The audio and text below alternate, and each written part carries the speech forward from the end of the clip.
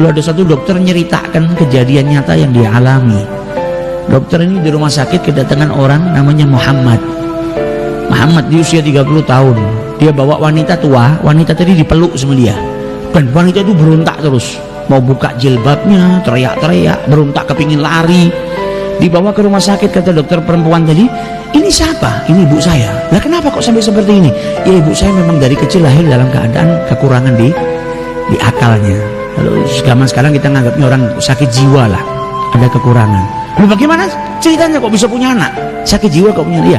Memang ibu saya ini dinikahkan sama ayah saya, sama satu orang supaya punya anak saya yang bisa ngasuh ini, ngerawat. Dan mulai dari usia 10 tahun saya sudah ngerawat ibu saya. Saya yang bersihin kotoran, saya masakkan ibu saya ngasih makan. Kalau mau tidur saya ikat kaki saya dengan kakinya ibu saya. Saya takut ibu saya lari dari saya. Saya takut keluar dari rumah nanti susah nyarinya, makanya dia mau tidur diikat. Jadi anak yang soleh, yang luar biasa. Kita nggak dikasih sama Allah ujian seperti itu. Kita nggak dikasih ujian kita masih kecil. Ini anak diuji sama Allah punya ibunya dalam keadaan sakit jiwa. Mungkin kalau anak zaman sekarang sudah malu ngakuin ibunya.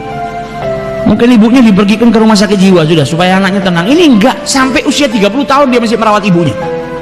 Lah kenapa dibawa ke sini? Ya ibu saya punya diabetes sama punya darah tinggi, ini saya enggak kumat, saya bawa ke sini ke rumah sakit. Dan dipegangin ibunya ngelepas jilbabnya, nyanyi semua, anaknya sabar luar biasa. Maka kata dokter tadi, kenapa tidak kau letakkan di rumah sakit jiwa? Ibumu kenal nggak sama kau? Nggak tahu. Sampai detik ini ibu saya nggak tahu kalau saya anaknya. Nah kalau gitu ngapain kau asuh? Kau letakkan rumah sakit jiwa dan kau bisa membina karirmu. Tapi yang menciptakan ibu saya tahu kalau saya anaknya. Allah ini nggak pernah lupa. Allah nggak pernah lupa kalau saya ini anaknya ibu saya. Dan anak itu diwajibkan berbakti, wabil walidaini ihsana. Bagaimana mungkin saya mau merelakan pintu surganya Allah subhanahu wa ta'ala? Tiap hari saya berjuang, mau ibu saya kenal tidak kenal dengan saya, yang penting saya harus berbakti supaya tiap hari ada pintu surganya Allah yang terbuka buat saya. Ini baru luar biasa batin. Kalau kita di posisi itu, wallahu a'lam, mungkin tidak satu pun dari kita mampu. Dan ibunya ketika di dalam ruangan dokter tadi ngelihat acara TV di Mekah, maka ibunya tanya, kapan ke Mekah? Kapan ke Mekah? Kata anaknya, insya Allah kita akan ke sini. Kata dokternya, ibumu ini kan tidak punya kewajiban, sholat aja nggak wajib, hilang akal. Kenapa ke Mekah bareng? Dia bilang, ibu saya setiap punya keinginan apa, saya akan berusaha untuk mewujudkannya. Jadi nggak mau ibunya punya tamanni, punya angan-angan, punya cita-cita, dan anaknya tidak memenuhinya.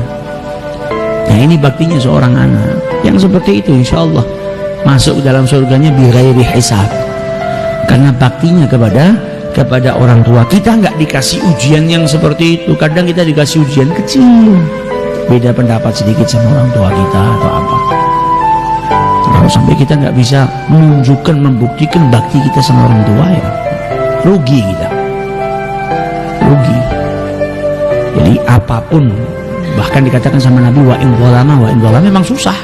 Masa kita dizalimin kita suruh berbakti? Susah, karena imbalannya surganya Allah subhanahu wa ta'ala. Nggak gampang tuh dapetin surganya Allah subhanahu wa ta'ala.